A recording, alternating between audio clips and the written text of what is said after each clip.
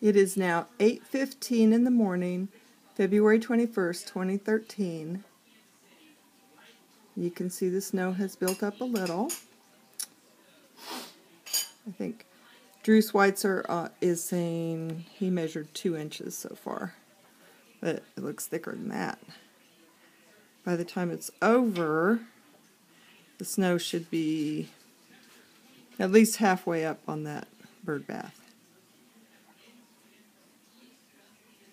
Maybe 10, 12 inches. Could be more. Depends on how much it blows. There's a squirrel. They've been trying to eat.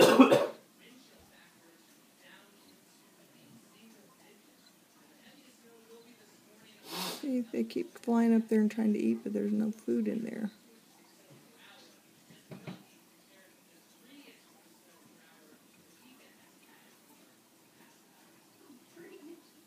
Here's a little guy.